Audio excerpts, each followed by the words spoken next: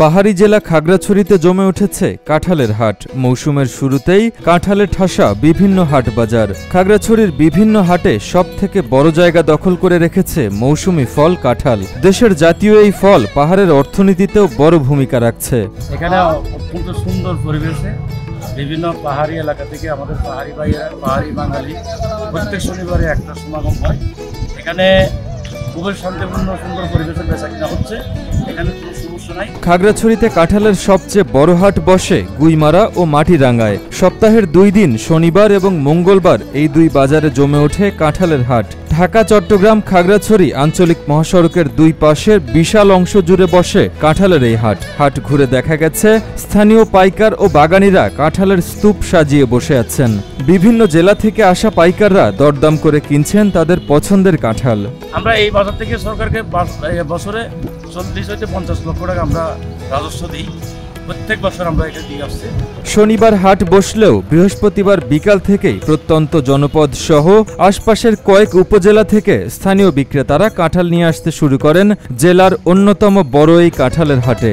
অন্যদিকে মঙ্গলবার হাট বসলেও সোমবার সকাল থেকে গুইমারা বাজারে আসতে শুরু করে কাঁঠাল। আমি ঢাকা গাউসিয়া দিয়েছি, তারপর বামবাড়িয়া দিয়েছি, আপনার কুমিল্লা, মিঠাপুরগঞ্জ, লাকসাম, সিতসি, তারপরে আমরা কাইলাপাড়া, এই সমস্ত এলাকায় ডেলিভারি দিই। বিভিন্ন এলাকা পরিচয়পত্র ব্যাপারী আছে, কিনি পাঠাই, সময় আমি কিনে নিয়ে যেতে আসি।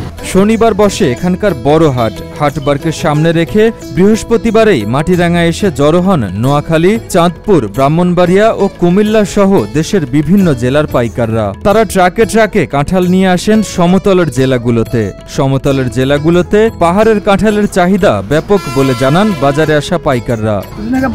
এখন কম, আমরা বিভিন্ন জায়গায় কিনে পাঠাইতেছি। সর্বনিম্ন দাম 15 টাকা, 30 টাকা, 35 টাকা হাই বলতার বড় মাল।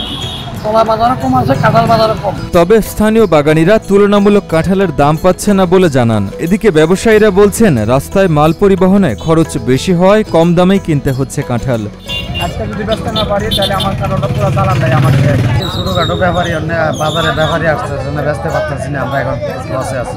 জেলার সবচেয়ে বড় এই কাঁঠালের হাটে উপজেলার প্রত্যন্ত পাহাড়ি জনপদ ছাড়াও লোগাং, তাইন্দং, তবলছড়ি, পানছড়ি, মাইশছড়ি থেকে ট্রাক ও চাঁদের গাড়ি বোঝাই করে কাঁঠাল নিয়ে আসেন স্থানীয় খুচরা ও পাইকারি বিক্রেতারা। স্থানীয় বাজারে প্রতিটি কাঁঠাল আকার ভেদে বিক্রি হচ্ছে 10 থেকে 50 টাকা দরে।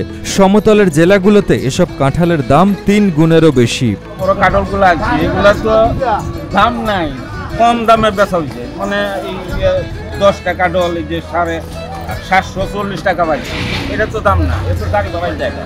মাটিরাঙ্গা বাজারের ইজারাদার সুভাষ চাকমা জানান, এ মৌসুমে প্রতি সপ্তাহে মাটিরাঙ্গা বাজার থেকে প্রায় 150 ট্রাক কাঁঠাল সমতলের বিভিন্ন জেলায় যাচ্ছে। এ মৌসুমে প্রতি সপ্তাহে মাটিরাঙ্গা বাজার থেকে প্রায় 150 ট্রাক কাঁঠাল সমতলের বিভিন্ন জেলায় যাচ্ছে। এছাড়াও গাড়িতে কাঁঠাল লোড আনলোড সহ অন্যান্য কাজে অন্তত 200 শ্রমিক নিয়োজিত থাকে। অন্তত 20-30টা গাড়ি, কলা গাড়ি শুধু এই মাটিরাঙ্গা বাজার থেকে সমতল এলাকায় আপনার এখান থেকে বাজারজাত করা হচ্ছে।